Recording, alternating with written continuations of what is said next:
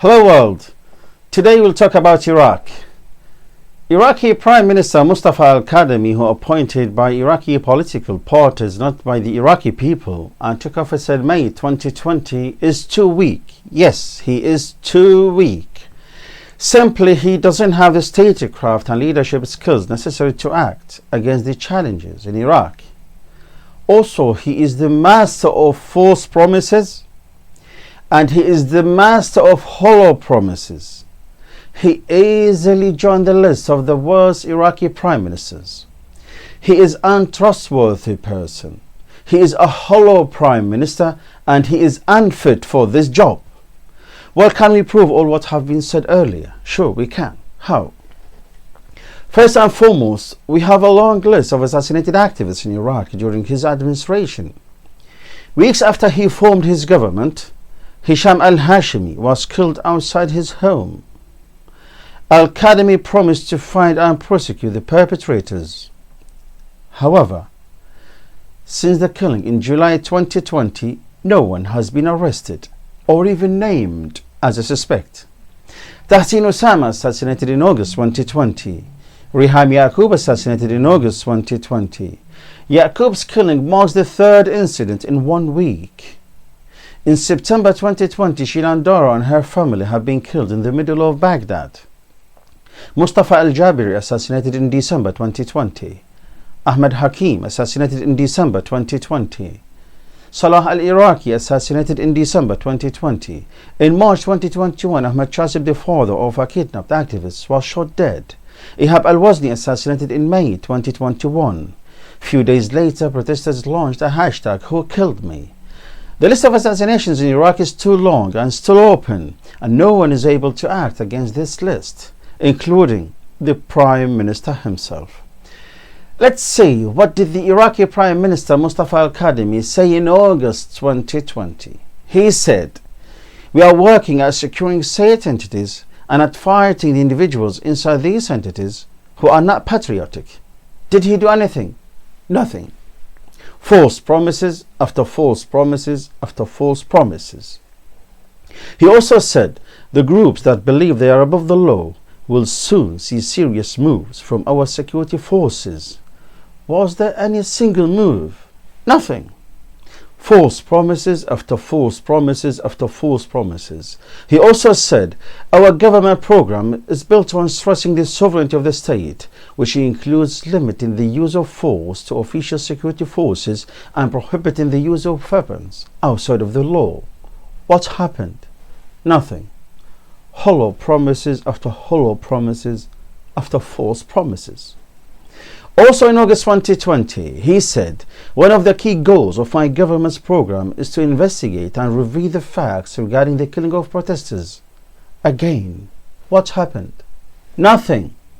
Just false promises after false promises after false promises. He is the master of false and hollow promises, as I said. He also said we will be transparent in announcing the results of the investigation so that everyone can be privy to them. What happened? Nothing. False promises after false promises after false promises. He also said, "I'm focused on creating the circumstances to allow for free and fair elections." Okay, since August 2020, what happened regarding the uncontrolled weapons? Nothing.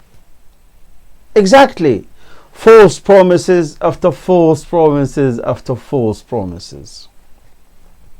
So the elections will be under uncontrolled weapons.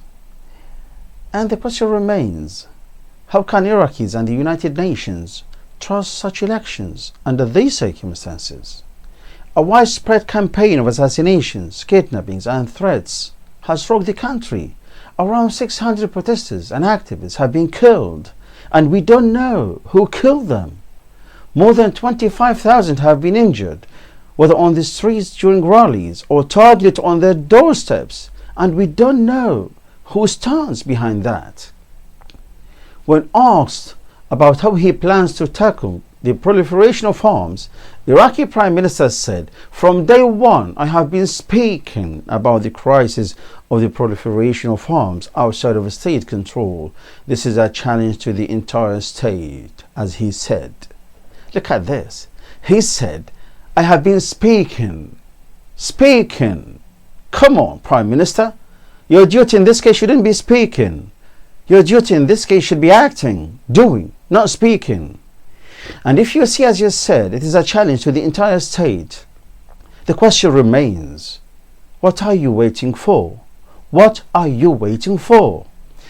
Also, Iraqi Prime Minister tweeted that weapons are not the solution to state problems. Okay, good. Do something then. If you know this fact, why don't you act, Prime Minister? General Hennessy Plaskhot told the Security Council that the Iraqi people demanded these elections during mass protests, in which some paid with their lives. But Plaskhot herself did not inform the Security Council that the same people are now calling for boycotting the elections because of uncontrolled weapons. Furthermore, UNAMI is busy in monitoring elections under uncontrolled weapons. What a paradox! What a paradox! Almost a third of the killings have taken place since Al-Qadami took office in May 2020, more than 1 year ago. In short, Mustafa Al-Qadami has achieved almost nothing. Nothing was done to tackle the challenges. That's why I have said that he doesn't have the statecraft and leadership skills necessary to act against the challenges in Iraq.